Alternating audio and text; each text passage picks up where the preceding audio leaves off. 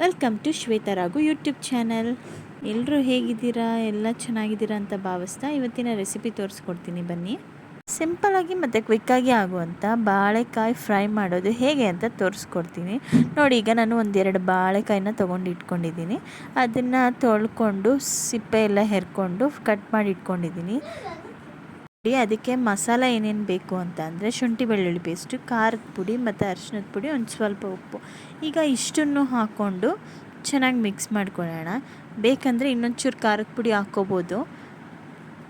ಎಲ್ಲ ಹಾಕ್ಕೊಂಡು ಚೆನ್ನಾಗಿ ಮಿಕ್ಸ್ ಮಾಡ್ಕೋಬೇಕು. ಪ್ರತಿಯೊಂದು ಬಾಳೆಕಾಯಿಗೂ ಆ ಮಸಾಲೆ ಎಲ್ಲ ಹತ್ತಬೇಕು, ಅಲ್ಲಿ ತನಕ ಮಿಕ್ಸ್ ಮಾಡ್ಕೋಬೇಕು. ಚೆನ್ನಾಗಿ ಮಿಕ್ಸ್ ಮಾಡಿಕೊಂಡು ಇಟ್ಕೋಬೇಕು.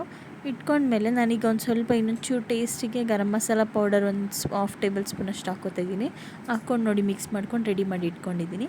ಈಗ ನಾನು ಗ್ಯಾಸ್ ಮೇಲೆ ಫ್ರೈಯಿಂಗ್ ಪ್ಯಾನ್ನ ಇಟ್ಕೊಂಡಿದ್ದೀನಿ. ಆ ಫ್ರೈಯಿಂಗ್ ಪ್ಯಾನ್ಗೆ ಒಂದು ಸ್ವಲ್ಪ ಆಯಿಲ್ನ ಗ್ರೀಸ್ ಮಾಡಿಕೊಂಡು ಈಗ ನಾನು ಒಂದೊಂದೇ ಬಾಳೆಕಾಯಿನ ಅದಕ್ಕೆ ಹಾಕ್ತಾಯಿದ್ದೀನಿ. ಎಲ್ಲ ಬಾಳೆಕಾಯಿ ಫ್ರೈನ ನಾನು ತವಾಗೆ ಹಾಕೋತಾ ಇದ್ದೀನಿ. ಫ್ರೈಯಿಂಗ್ ಪ್ಯಾನ್ಗೆ ಹಾಕ್ಕೊಂಡು ಸ್ವಲ್ಪ ಎಲ್ಲ ಫ್ರೈ ಆದಮೇಲೆ ನಾನು ಅದನ್ನು ಫ್ಲಿಪ್ ಮಾಡಿಕೊಡ್ತೀನಿ. ಇನ್ನೊಂದು ಕಡೆ ತಿರುಗಿಸ್ಕೊತೀನಿ.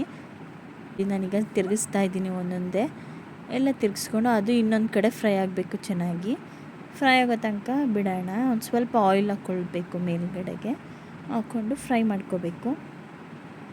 ಎರಡು ಕಡೆ ಚೆನ್ನಾಗಿ ಫ್ರೈ ಮಾಡ್ಕೋಬೇಕು. ತುಂಬ ಟೇಸ್ಟಿಯಾಗಿರುತ್ತೆ, ಸಿಂಪಲ್ಲಾಗಿ ಮತ್ತು ಕ್ವಿಕ್ಕಾಗಿ ಹೋಗುತ್ತೆ. ಈ ಅನ್ನ ಸಾಂಬಾರಿಗೆ ಎಲ್ಲದಕ್ಕೂ ಸೈಡ್ ಡಿಶ್ಶಾಗಿ ಯೂಸ್ ಮಾಡ್ಕೋಬೋದು. ಈ ಮಕ್ಳಿಗೆ ಏನಾದರೂ ಈ ಥರದ್ದು ಮಾಡಿಕೊಡಿ, ಇನ್ನೊಂದು ಸತಿ ಮಾಡಿಕೊಡಿ ಅಂತ ಕೇಳ್ತಿರ್ತಾರೆ. ನಾನು ಕಂಪ್ಲೀಟಾಗಿ ಆಗಿದೆ. ಈಗ ಸರ್ವಿಂಗ್ ಪ್ಲೇಟ್ಗೆ ಸರ್ವ್ ಮಾಡ್ಕೊಂಡಿದ್ದೀನಿ. ತುಂಬ ಚೆನ್ನಾಗಿರುತ್ತೆ. ಒಂದು ಸತಿ ಟ್ರೈ ಮಾಡಿ ನಾನು ಮಾಡಿರೋ ಡಿಶ್ನ. ಇಷ್ಟ ಆದರೆ ಲೈಕ್, ಶೇರ್, ಕಮೆಂಟ್ ಮಾಡಿ friends. Thank you for watching.